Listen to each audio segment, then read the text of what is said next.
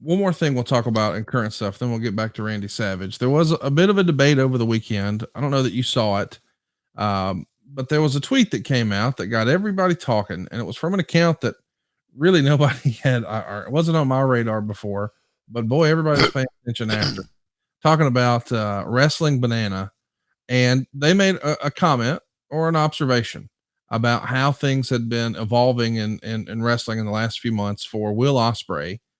Here's the tweet from at Wrestle Banana. Will Osprey has had more 5-star matches in 1 month than CM Punk, John Cena, and Kurt Angle have had combined in their entire career. The idea being that over the last month, Will Ospreay's had 4 5-star matches. Meanwhile, Punk, Cena, and Angle collectively have 3. And it didn't take too long before Kevin Nash, a WWE Hall of Famer, found this tweet and responded, "How's his merchandise sales?" And that sort of brought it all back to business. And you were a guy who had just as many 5-star matches as maybe anybody in history, and have an award for the Wrestler of the Year named after you in the Wrestling Observer. So you received a ton of critical praise, but Kevin Nash brought it back to be not about the critics, but about the fans and about the money, and asked, "How's his merchandise sales?" And it created a little bit of a debate this week on My World with myself and Jeff Jarrett. What would you rather be, underrated or overpaid? Do you want to be a critical success, or do you want to be a financial success?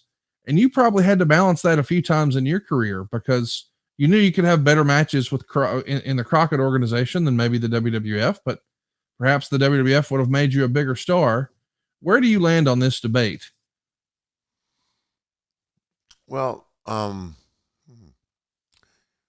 guess at the end of the day, if Kevin's implying that, in other words, he's had great matches, but he's not selling merchandise, is that what Kevin's implying?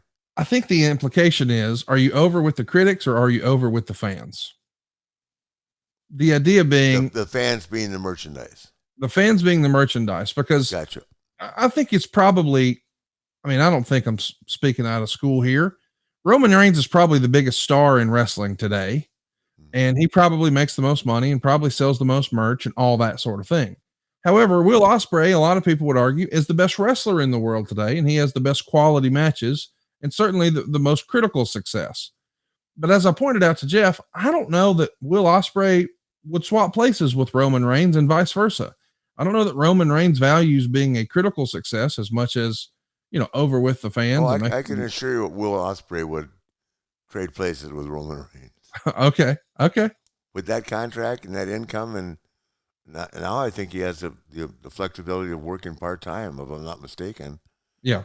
And I'm assuming, like you are, that he sells the most merchandise.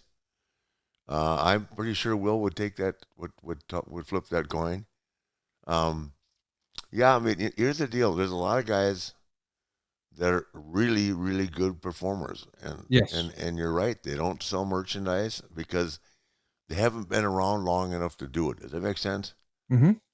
I mean, a month ago, I didn't know who Will Ospreay was, and that's no offense to him. I just didn't know who it was. Right.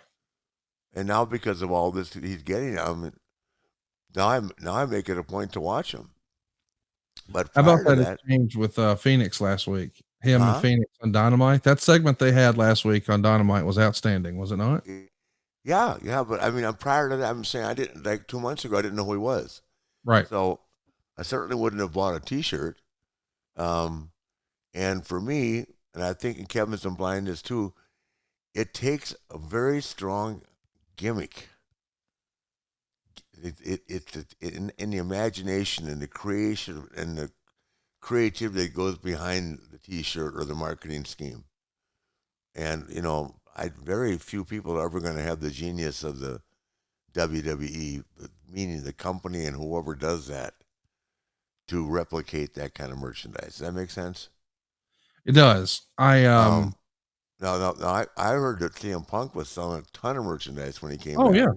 Yeah. I'm sure, but does he still, or Well, was I it just don't when he think came they, back?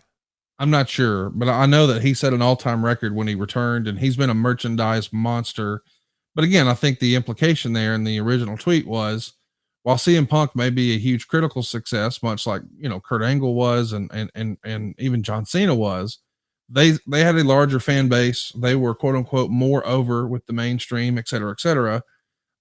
Meanwhile, Will Osprey has been, making his living on the other side of the world, and I don't think that's necessarily a bad thing. But How old is Will? that's a great question. Let me look that up. I don't think he's quite 30 yet. Let me Well, see. he's got plenty of time then. Yeah, Yeah, I mean, if he continues, I he's haven't heard 29 him years. talk. I haven't heard him make an interview yet. So, there's a lot of factors that go into selling merchandise, but the biggest factor is having some kind of a gimmick or it's not just about having great matches. I mean, speaking for myself, I never sold a lot of merchandise. I never really had a chance to with WCW, obviously. But I mean, I get a decent royalty check. But I mean, some guys can I'm sure Punk could retire on his royalty checks. To Does that me, make sense? the Will Osprey thing, the reason I brought it up to you is for years and years, you were regarded as the best wrestler in the world. And there was very little debate about that. It was almost accepted as a universal fact.